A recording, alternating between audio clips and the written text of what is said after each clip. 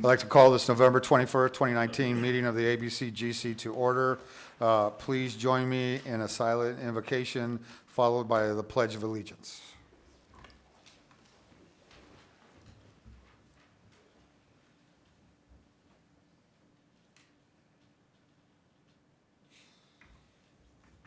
I pledge allegiance to the flag of the United States of America and to the republic for which it stands, one nation, under God, indivisible, with liberty and justice for all.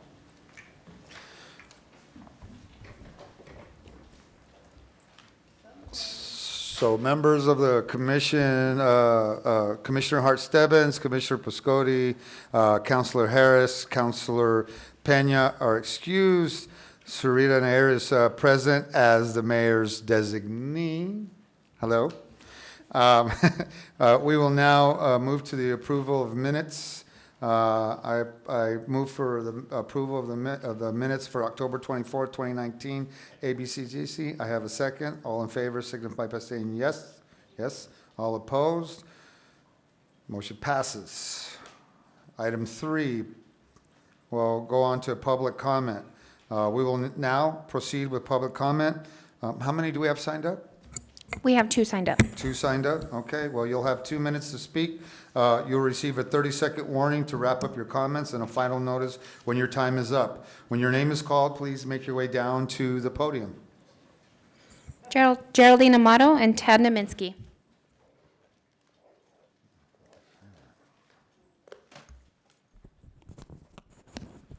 Two minutes is not enough for me to elaborate on what I need to talk about, but I'd like to mention some things. If I was ever welcome to speak here, I would speak longer and give some details that would be enlightening.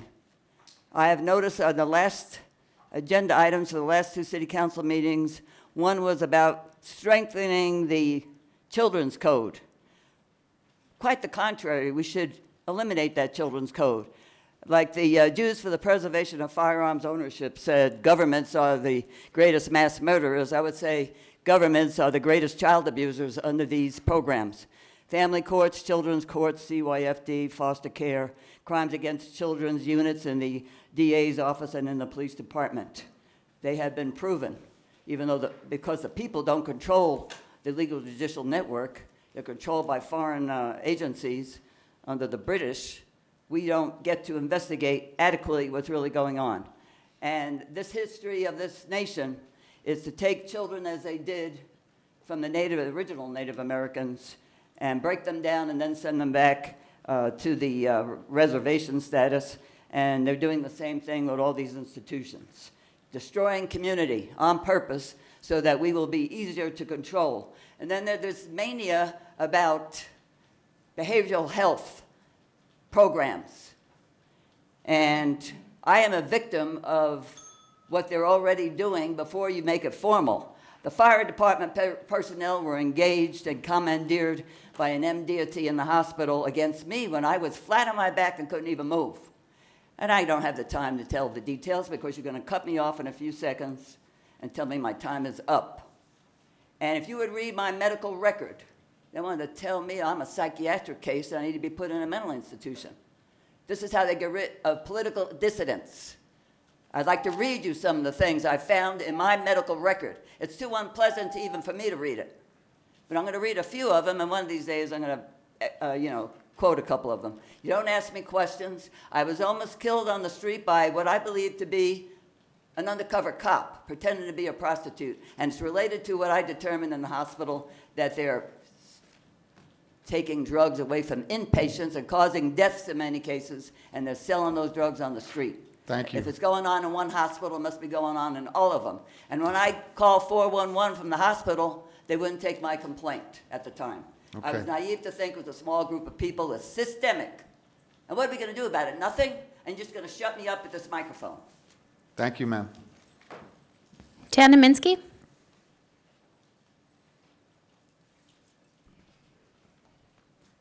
Thank you. My name is Ted Naminsky.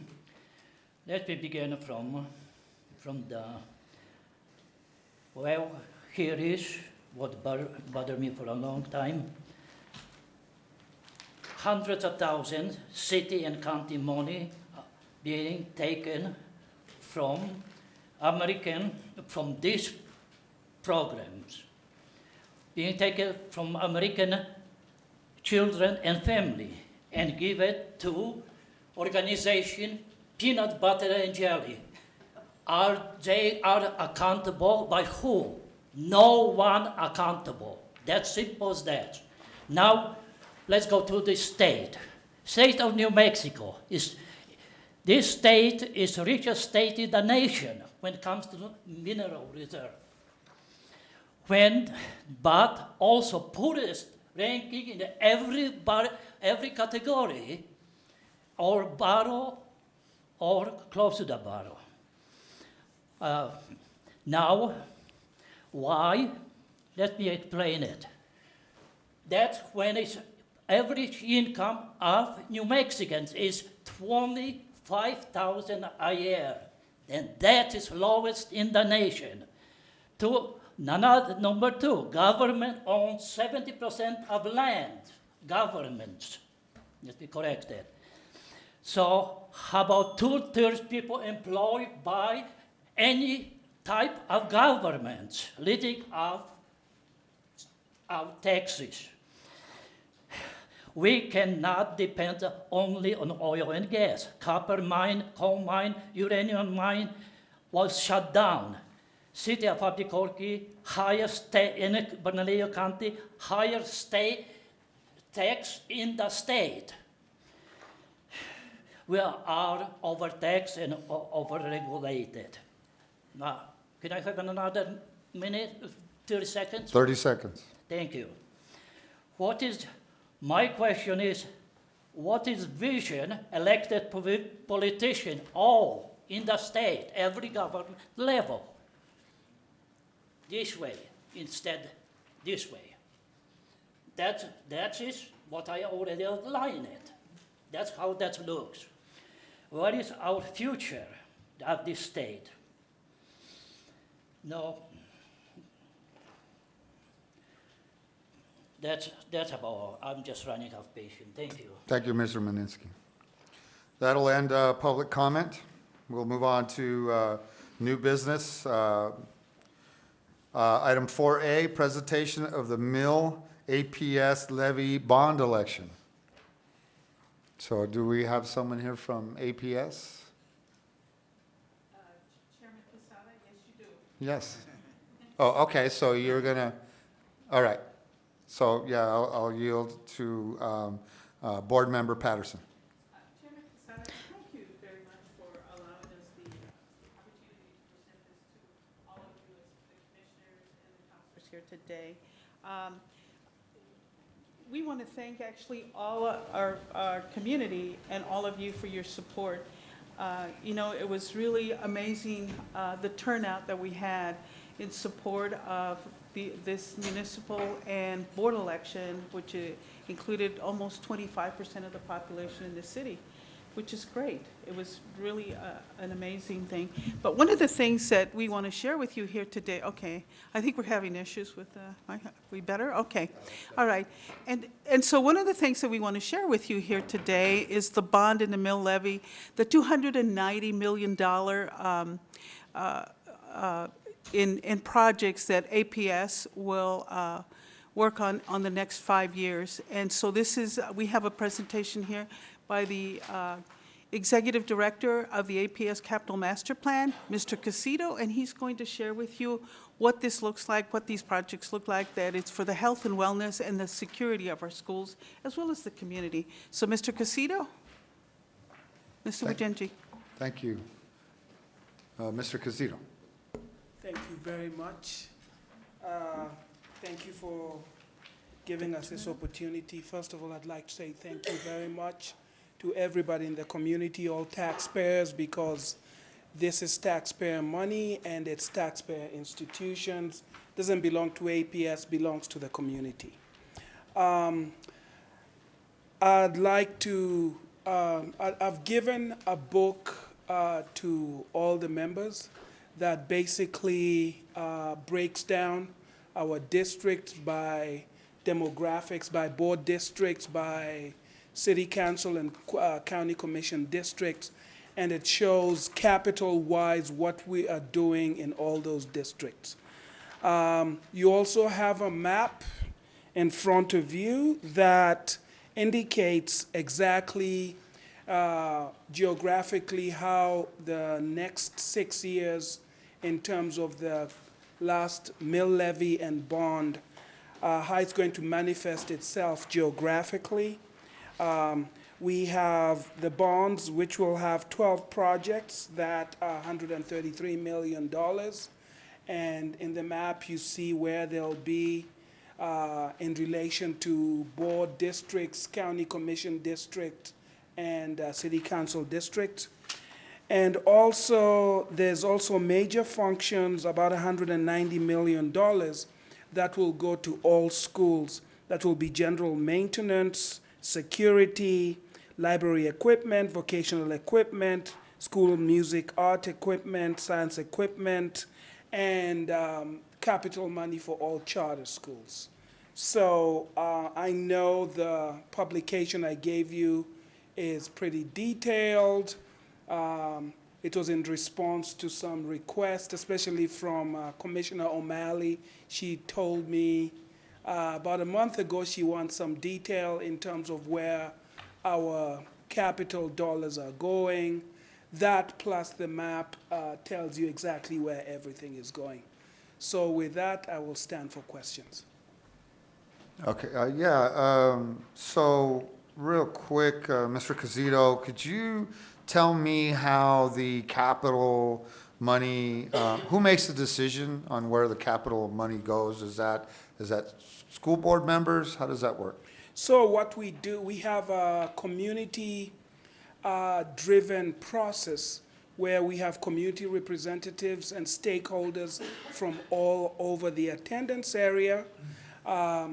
They are given priorities that are technically derived based on an overall assessment, and the overall assessment ranks the needs for the whole district.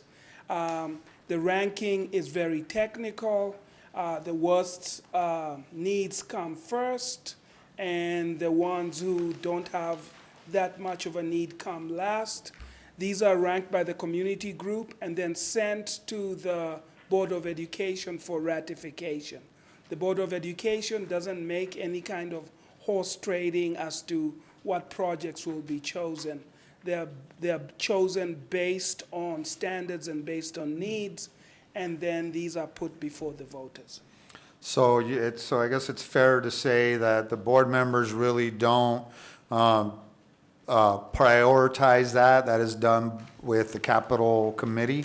Yes. And so they adhere to that. So Yeah. those decisions are actually made by community members and the community, not really board members. Yes, that's correct. The board ratifies their decision. If the board doesn't like their decision, they send it all back, and they send it with reasons. And then they would have to go through that process again. How many Exactly. times has that been sent back? Barely, maybe once or twice. Okay. Yeah, because the board usually adheres to what the community wants. And so, could you answer real quickly the impacts of the failing of the last bond issues that were put in front of the board, in front of the voters the last time when that failed? And can you kind of go over the impact that that's made as we try to play catch up and move forward? So what has happened is that majority of our schools are 50 years old or older. We have 142 schools, 15 million square feet, over 1,200 square miles. And what happens is that we just fall behind. So you will see about $190 million of the current mill levy is for maintenance. It means that schools that were slated for rebuild and replacement will now have to be maintained. So we had 34 projects that were schools that were either going to be rebuilt or replaced. We only have 12 such projects this time. So The other 15 projects that didn't make the cut will have to be maintained for a few more years before we can go back to the taxpayer. So it's just a balancing act of, do you maintain or do you replace? And the consequent impacts of what that means to the taxpayer and learning environments meanwhile. So I got an email saying, why are we worried about buildings? We could just put in portables, right? Because portables look great. Can you talk about how bad of an idea it is to use portables? Just so the community knows. Yeah, so portables, apart from the fact they're not equitable, they bleed heat during the winter and refrigerated air during the summer. And so in terms of sustainability, they're not very sustainable. The district spends $50,000 a day in utility bills. And so when you have portables, you are keeping a tin can that you are paying every day in terms of maintenance. When it comes to environment and safety, you can't keep it as safe as you can with a building that is architecturally derived. And I think in the long run, you get more, I think it's a better use of taxpayers' monies to actually, build buildings, fix buildings, than to invest in portables. Yeah, portables are a short-term kind of issue, as I'm sure Mr. Benton, who's an architect, would ascribe to. And basically what happens is that you could either do it now and lose money in terms of sustainability, or build permanent buildings and be equitable and build proper environment for kids. Thank you. Councilor Benton. Yeah, just quickly, because so yeah, I remember the days when portables were, there were massive yards of portables within just a single elementary school. And the discussion always being that those portables were sort of the flex piece and should not be a permanent piece of classroom infrastructure. But that sometimes there are surges that we don't expect and unusual circumstances that occur. So have we gotten to that point now, or we're still depending on those large yards of 15 or 20 portables at a school? We're trying as much as possible to get rid of them. We have 1,750 portable buildings, of which every time we do a renovation or every time we do a rebuild, we try to put away portables. We've put them in yards. We've run out of places to put them. We've worked with community groups to kind of use them in various ways. But over the long term, we are trying to phase away portables for various reasons, the reasons you brought about. Mr. Chair, just another quick question. And I get a lot of questions about the yard that's, I'm forgetting the name of the old school where in the near North Valley. Stronghurst School, which is now basically a place where they're stored, right? And people asking, well, could these be used for homeless facilities? Which it sounds like it'd be just as bad for homeless persons as for students. But are those portables still usable by the district, or is there a surplus thing that we could start talking about? I'm not suggesting that this is any sort of answer. They are surplus, and we try to get rid of them as much as we can get rid of them. We have given them to other districts in the state as swing space. We've given them to a lot of our pueblos in terms of we've made labs out of them. And we've looked into kind of salvaging them, you know, taking them apart and getting rid of them, but there isn't a market right now to do that kind of thing. The cost of salvaging them is probably more than It is. the district has also, so. But as much as possible, we are trying to get rid of them because they are not cheap. Thank you. Yes, thank you. Councilor Davis. Thank you, Mr. Chairman.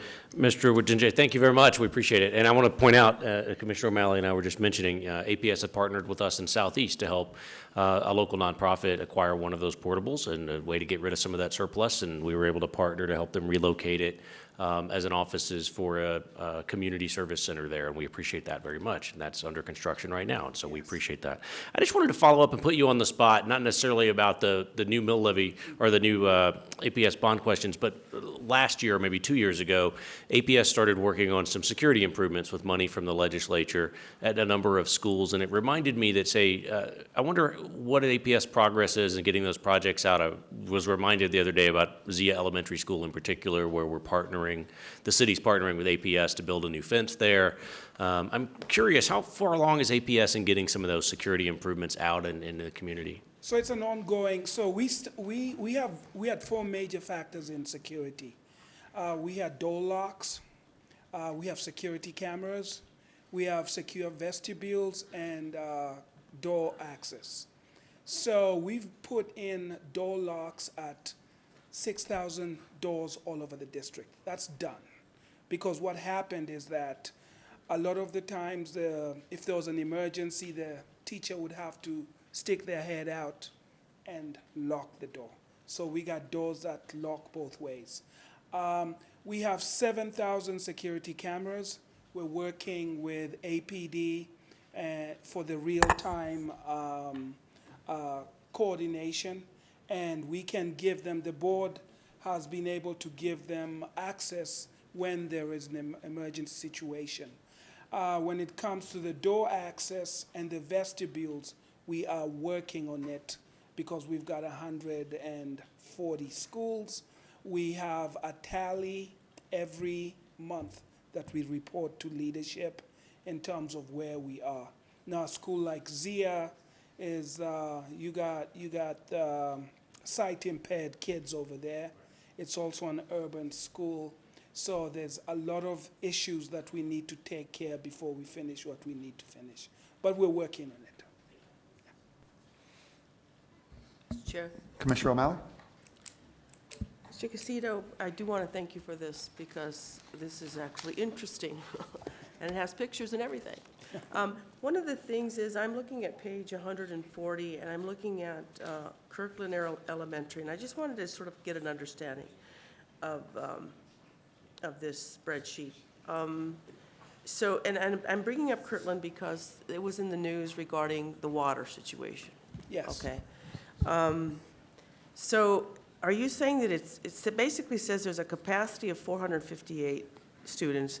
Does that mean that there's square footage is available for classrooms is that what the capacity means? That's what the capacity means. The capacity means that based on the square footage, but also based on how many kids, what the curriculum of the school is.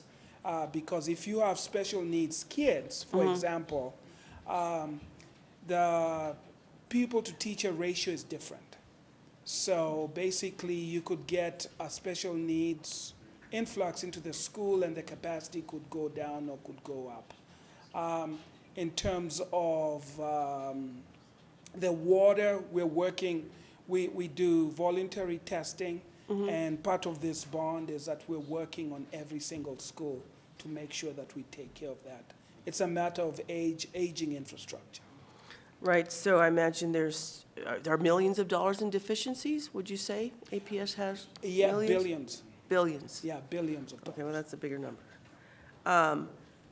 Okay, so capacity at this point really means square footage, but it would also, if all of a sudden you have a real big jump in enrollment, it would also mean that you would have to put the personnel in there.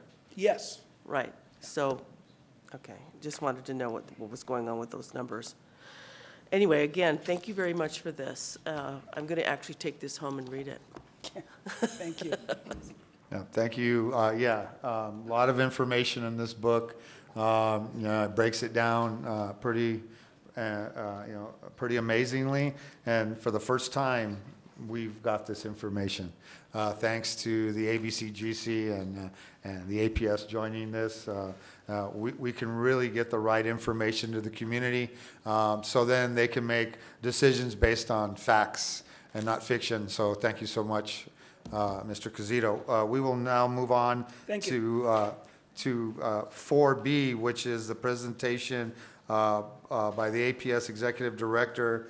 It says here again, Cazito Wizenje, and I don't know if you're here to talk to us about the superintendent process and search, so.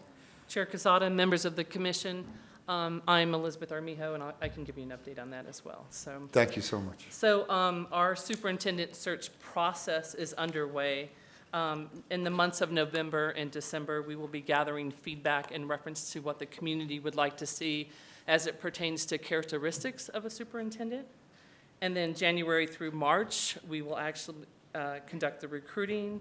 March, we will actually have a candidate presentation, probably of about 3 or 4. We will make the selection by April, and then the superintendent will assume their position in July. Currently, we have 10 community, and you'll see this in your packets as well. Currently, we have 10 community meetings taking place. They started this week. We have 2 employee meetings. We have 1 elected official and influencer meeting taking place as well.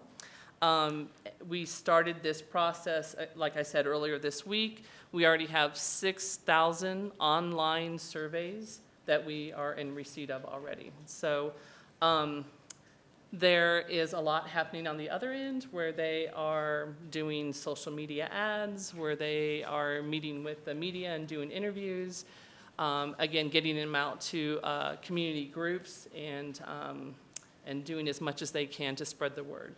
And 6,000 surveys in just a couple of days is pretty good in reference to the surveys. So again, you'll find that in your packet.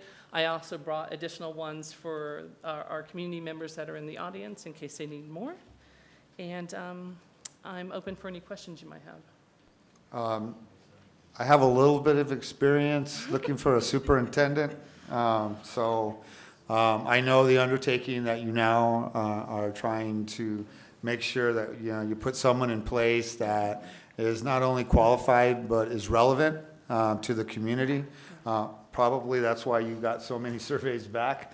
I think that we were successful, in my opinion, by putting someone in locally who really understood the districts, understood the culture, and understood that each district is different.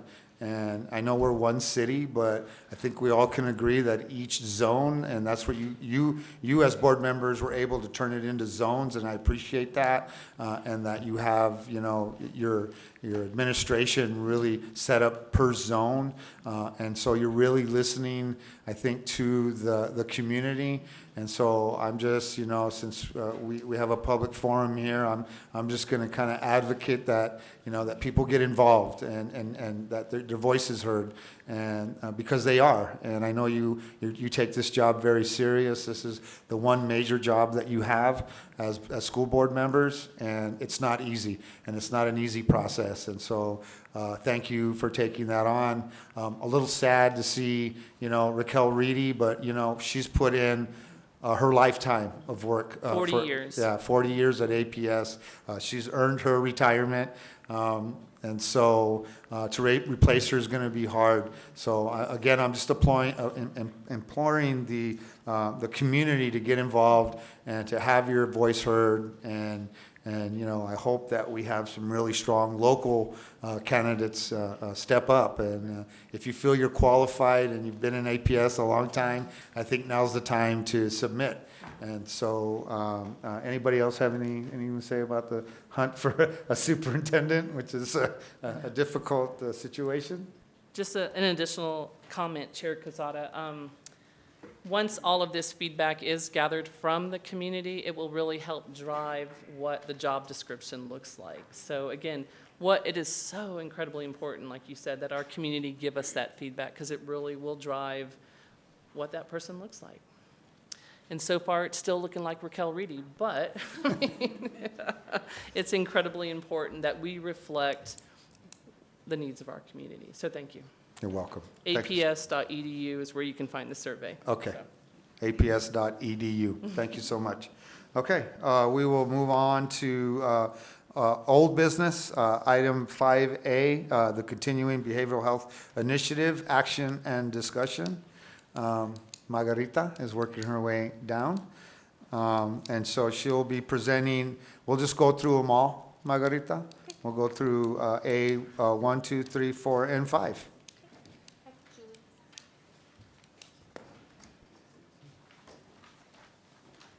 Good evening, Mr. Chair, members of the ABCGC. Thank you for having us again. Wanted to touch base with you all on a couple of pieces. So we have a packet coming around for you. Enrico, here's a couple for you all as well. Today we're going to talk about a couple of different items. Our general update is in your packet. This is our monthly update. At the last ABCGC, we said that we would start giving you our monthly update at every ABCGC. So this has a project status update, including how many clients have been served in each of our focus areas. I'm really happy to say that at the last ABCGC meeting, we said we had our 2 additional mobile crisis teams who were in on-the-job training and getting ready. They are officially launched, and they are in the field receiving calls, so that's great news. We have an additional 2, a total of 6 teams, working again on the fire mobile crisis teams that are going to go live hopefully at the beginning of the fiscal year. So we're really excited about that. The big piece that we are most excited about in the very next week, on Tuesday of next week, we will be officially announcing and cutting the ribbon to our crisis stabilization unit. This is something that has been long awaited. It's going to be on the formerly known as Matt's campus, now CARE campus. We will be opening a 16-bed stabilization unit. We are licensed as a crisis triage center through the state, and we'll be receiving clients into that space. We're really excited about that. In that, we are also expanding on our campus to add 24-hour nursing. This 24-hour nursing will allow us to expand our capacity and take clients who are a little bit sicker. So right now, we have a social model program and social model staff. So all of our clients that come to us on the MATS campus for PIP or for detox have to be within a specific vitals parameter window. Now that we have nursing staff and medical staff that will be there 24 hours a day, we're going to expand that significantly. We feel that this is going to help address a need for first responders, right? So for fire, for law enforcement who are picking people up on the side of the road that are down and out, or people who are public intoxicants, they can bring them to us now with vital signs that are maybe more acute than they have in years past. So that will be launched in the next couple of weeks. We have a meeting between UNMH staff, Bernalillo County staff, medical director from Albuquerque Fire, Albuquerque Ambulance, and Bernalillo County Fire to discuss that expansion so that all of our field knows about that expansion and how and when to bring clients to the MATS campus. Along that line, I want to talk to you about the expansion on our campus, and this moves to our one of your next items that's around capital allocation on the CARE campus. As you all know, I think I've given you some general information that we've been doing renovations on our campus. We've renovated our detox space. It's beautiful. It will officially be occupied by clients tomorrow. Thank the Lord. We've been on a wing occupying a limited census, and we're now expanding that census back to our traditional census of 48 clients in detox. In that, we will begin renovating our observation unit. That observation unit will begin to see clients for 23 hours and 59 minutes for either primary behavioral health or primary substance use. And so that's going to expand our capacity on our campus as well. While building that out and doing that, it was recommended to us that we work with the county architects to build a master plan for expansion on the campus. In that, we have decided to expand our services beyond just residential-based treatment. And what we're hoping to do is also add a living room and an outpatient clinic on that campus. So in your packet, you have a proposal that has been vetted and approved through the ABCGC steering committee, subcommittee and steering committee. It says request for capital for Care Campus, and this is requesting one-time funds for capital on the now known as MATS, but as of next week, Care Campus, in order to provide outpatient clinic and provide a living room on that space. Now, the outpatient clinic will be doing Suboxone induction and maintenance, what we're really excited about being able to expand MAT on that campus, as well as being a primary behavioral health outpatient clinic. There are very few primary behavioral health outpatient clinics. There are a number of physical health outpatient clinics, but in behavioral health, not as many. So we're really excited to be able to provide that on campus. We will partner with the University of New Mexico to operate that service, but we're needing to renovate the existing space. The entire admin area right now will be gutted and turned into an outpatient clinic in order to meet those needs. It will be licensed and accredited as an outpatient clinic. Other side of the hall will be the living room model. Based on the master plan, I have a copy of the full master plan if any of you would like to see it, but based on the master plan, the living room model will be on the opposite side of the hall, and that will be a place where people can drop in the day and just say, hey, I need a safe place to chat with a peer, maybe meet with a case manager. It's very social model service-based, so they're not necessarily needing clinical services, but more social-based services, that they can do that just right across the hall as well.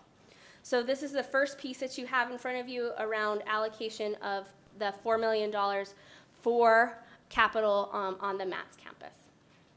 The next piece that you have in front of you is the second request for a client management system. So this is also a piece that has gone through the subcommittee process and vetted by our steering committee. The proposal that you have in front of you is requesting one-time funds or first year funds in the amount of $500,000 for a client management system, and then subsequent years to follow that of $200,000 annually. In vetting with the steering committee, it was requested and voted upon at the steering committee that that one-time amount be increased to up to $750,000. Now, that was recommendations not by the county internally, but that was against the steering committee members that recommended that that be increased in the event that there be a higher cost in year one. Now, when we talk about a client management system, it's important to recognize that right now the MATS campus has a data system that was built for us by county IT. It's currently meeting our bare minimum needs, but it's difficult for us to pull data from that. It's difficult for us to share data, and with the expansion on the campus, we don't believe that it'll meet the true yield of the needs. So it is a data collection system, but it's not a client management system. So there's not really a place to put in a note on a client or for a provider to really get in there and put clinical information that not all of the staff can access or see. Now, this particular proposal is discussing a client management system not just for the Department of Behavioral Health Services, but also for the RRC. The RRC has currently seen about 15,000 people since the time that it launched. And it's using basically an Excel sheet on steroids. So it's using a SharePoint database, which has crashed multiple times, and we believe it is close to crashing and with no return soon. So the client management system that we're hoping to procure is going to have the capacity to serve both the MATS campus, the Resource Reentry Center, and the ability to merge and work with all of our BHI providers. And this is, I think, the big piece that's really important, is that we want to be able to have an opportunity to communicate with St. Martin's Hope Works and have data sharing agreements to where we can do that through a client management system and through a database, as opposed to faxing or emailing client information, but having a clear repository of data with data sharing agreements and with an opportunity for clients to opt in or opt out as to whether or not they want their data shared, but having the ability to really do that in a meaningful way. So that's the general information that I have. The last piece that you have in your packet is this quarterly update. This will go before the commission. This was on the County Commission agenda at the last meeting. It got deferred, so it will be on the next meeting, but I wanted to make sure that you all have it. This is a general overview and update on the the budget of the BHI. It breaks out the revenue that's been generated, the revenue that's been allocated, and revenue that is available within the existing fund. So with that, now that I've talked your ears off, I'll stand for questions. So for me, thank you so much for this. I'll be honest with you, I probably could imagine you didn't have a very good day today, especially with the opinion piece in the Journal. And I would just like to, publicly address some of that. I think that, the Bernalillo County Board of Commissioners at the time when they implemented the behavioral health tax was reacting to a crisis. And what the article didn't state or didn't put forward is that our prior administration up in Santa Fe is the reason why our behavioral system was dismantled and destroyed. And that we came together, not me, but I wasn't a commissioner at the time. But that's why I'm thanking the commission at the time who took the initiative to try to fix the mess that was made. They referred to an incident up in the foothills, and that client would not have been there if they hadn't destroyed the behavioral health system that was in place. And to blame your department and blame the county commission for that, for me, is just unfair, untrue, and just kind of really small-minded. And I just want to publicly thank you and Katrina, that was here before, that worked very diligently with the behavioral health tax to clog the net and the holes that were in the behavioral health net in this community as quickly and as efficiently as you could. If it wouldn't have been for that dismantlement of the behavioral health system here in Bernalillo County, I think we would be leaps and bounds ahead if we would have still implemented the behavioral health money, and then we would have been able to really build on what was already built. But it's kind of hard to destroy something and rebuild it in a year or 2 or 3 or 4. And so I wanted to publicly thank you for the work that you've done. And I'd like to thank Bernalillo County commissioners for implementing that behavioral health tax and for saving us in the best way they possibly could to provide the needs of this community. Does anybody else have any? Madam CAO. Thank you, Commissioner Casada. I just wanted to also share my thanks and, of course, add an amen to those comments. The city, as I understand it, the city council passed the tax, but it was vetoed by the previous administration, and that's when the county stepped up to take that role. And so we're not oblivious to the fact that you filled that void at a time when the city was unable to do that. I also just wanted to thank Marguerite and the rest of the staff at the BHI, County Manager Baca and Chief of Staff Campbell and myself and the head of our Family Community Service Department. Some of our staff have been getting together about once a quarter to just talk about our initiatives and make sure we stayed aligned. I feel like we've moved through a lot of communication blocks that way. We're working really well together. And we're so excited about the changes at MATS, especially those that give more capacity to our first responders. And I'm very excited and really want to underscore the need for medication-assisted treatment in the county and in the city and in the state, not just for opioids, but for alcohol as well. It's absolutely, if we had more medication-assisted treatment beds in this, that's the only way we're ever going to move the needle. And if you look nationwide, that's the only way any community moves the needle. I also wanted to raise one of the points that we've been talking about, which is the need for more, we've been calling them front doors. And we know that there are so many providers who've been doing the hard work for so many years. What we lack are easy points of contact for someone who doesn't quite know what their problem is, who is having their moment of clarity in the middle of an addiction, who can just walk into the place and doesn't have to know what service they're asking for, can find their way to case management and ultimately to the services they need. So what I'm so excited about in the CARE campus is it's really truly becoming a big front door, and that's part of our legislative ask on behalf of the city this year, which I believe we'll sort of be making as a family, is to make sure that the homeless emergency shelter is also a large large front door for people who are experiencing homelessness to get to housing, to get to jobs, to get to substance abuse treatment and behavioral health services. So I just wanted to note that I think our cooperation is at an all-time high, thanks to the efforts of the folks in this room, and just say thank you. Okay. Thank you so much, Margarita. I appreciate it. And that's it, unless we have any other business. Commissioner Mr. O'Malley. Chairman? Mr. Chairman, if we can go back to number 2 and number 3, for the subcommittees to address the commission, and then also the city initiatives report. Okay, so Margarita did 1, 4, and 5. Or no, she did 1, 2, 4, and 5, so we need to go to number 3? Number 2 and number 3? Yes, Okay, correct. I'm sorry. If there's anybody in the audience from the subcommittees that wish to address. Subcommittees? No? Okay, then we'll go to item, I'm sorry, Commissioner O'Malley, we'll get to you in a second. Okay. So we'll go to item 5.3, 5A3. Hi, thank you, Chair.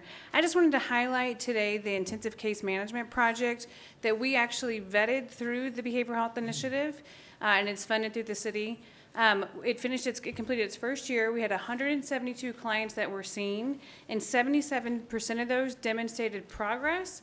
80% of those clients showed a reduction in substance use over the last year. So this project funds 8 full-time case managers in 7 partner sites. One of those is actually the CARES campus, as well as the Resource Reentry Center. Also, to update on what Director Pierce said the last time we were here, for our assisted outpatient treatment program, we are having our second hearing next week, and we have 15 referrals that are being vetted. And with that, if there's any questions? Okay. Well, good. Thank you so much. I appreciate it. Now we'll go to other business now, right? And so Commissioner O'Malley. Okay, did we skip one number, or are we good? No, with we're old good. They business? didn't have anybody Okay, to, yeah. so, thank you, Mr. Chair. So this is concerning other business, and since it wasn't on the agenda, I'll just, I guess, have to technically take a point of privilege. So we are going to send a request through to the Subcommittee on Housing, I think Supportive Housing, for the Tiny Home Village. We did put out an RFP. It's coming, the cost is coming in higher. There was going to be a request before the commission, and typically the way we do this, actually technically, we just can go to the commission, but we're going through the process, and it's going to meet with the Subcommittee on Housing so that we can explain it, and then it's going to come back to the commission. But because we want to do this in December and get it through the commission so the funding is available, so we can break ground on in January. It'll be before the commission on the 10th or 11th, I guess, technically. That's all I wanted to announce that. Oh, okay. Thank So you. can we ask some questions? Somebody wants to ask a question? Yeah, I just wanted to clarify that we have not used any behavioral health money on the tiny home village at all. And I have to agree that should be part of our behavioral health initiative. And what you're providing there is the scope of the work that we're doing. And so, you know, she's done all this whole project without even asking from the behavioral health money. And so I think that it's a good idea for us to, as Bernalillo County, and to jump in and to support that. So I'm hoping that, you know, it gets through the committees pretty quickly, so you can break ground in January would be just my comment, you know. And I think Councilor Benton has a comment. Yeah, I just want to give kudos to Commissioner O'Malley for her perseverance on this. And, you know, the supportive housing is hopefully near the final step of all the other things we've been talking about, of treatment and so forth, and hopefully eventually getting people out into functional members of society again. So I'm excited about it. I'm glad you're going through the Supportive Housing Committee of this effort, because they are people with a real stake in it. So I'm interested to hear what they say about it, but we should not hold up the progress of your project. So I'm fully supportive. Thank you. And one thing that's one thing about this behavioral health, since it's a local tax, there's a lot of flexibility, much more than the state capital. And so it allows us to do things otherwise that we wouldn't be able to do because of the anti-donation. That's not to say that we don't have our own procurement procedures, because we do and we abide by them. But, so for example, with this particular project, we want to make improvements also to the existing AIC Center. It doesn't make sense to, build this beautiful facility and then next to it have a center that really needs some work. So there's some infrastructure improvements that are going towards that. And speaking of Councilor Benton, I don't have an update on the supportive housing project, HopeWorks. Where is that? HopeWorks? Yes, because we're both. Yeah, both of our- I think they're pretty much finishing up the plans. They had a good neighbor agreement with the neighborhood. Right. So they're working with that. They've been regularly meeting with the neighborhood on that. Director Pierce is kind of carrying the ball with it. I've been to a couple of those meetings where there are concerns about how the zoning code fits with it, or how it fits with the zoning code. But it seems like it's moving forward quickly now. And yeah, we ought to touch base and perhaps meet with HopeWorks and find out a firm deadline of when they hope to get it out to bid. And Mr. Chair, if I may continue, this is one of the biggest gaps that we have to fill in terms of the problems with folks who are, they call it precariously housed now. That means people that may be living in their cars and could end up with basically not even that because of that.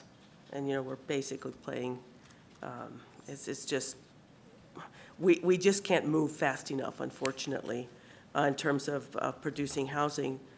So I think we really have to work hard at getting that done. And that's not only transitional housing, but it's the shelter. It's also long-term permanent housing. And people out there know what the gap is between wages and housing, and it just keeps getting bigger and bigger. And a lot of us, fortunately have strong families and are helping one another. But if you don't, you're in trouble. And so we're having more and more people in that situation. So this problem isn't going to go away anytime soon. But I think we're really focusing, the county certainly is focusing, I know I am, on looking at opportunities for building more housing. Once these projects are up, I think we can demonstrate to the community that they're safe, they're secure. It's not a detriment to put something like this in a community, but we have to demonstrate that first before we can move on. So thank you, Mr. Chair. Thank you. And I think all the points that were made today were strong. I think I'm also going to just end with, kind of talking about that article again. It's okay to criticize what people are doing, but, we're not offering solutions to a major problem. To ask for a community's input was not a bad idea. It was a great idea, because behavioral health I think is just as complicated, if not more, than education. And those are hard puzzles to solve. There's not a one-size-fits-all, and we have to keep telling the community there's no magic, behavioral health money, magic wand that we bought. We didn't buy a magic wand with it and wave it and fix the problems in our community, because they're so different. They depend on individuals and the type of care that we need. And so we're trying to figure out a major problem by putting different and implementing different programs to try to address the best that we can. So again, thank you for all your work. With that, announcement of our next Albuquerque Bernalillo County Government Commission APS meeting will be Thursday, December 19th, here at the Vincent E. Grego Chambers at 5 p.m. If there's no more business, this meeting is adjourned.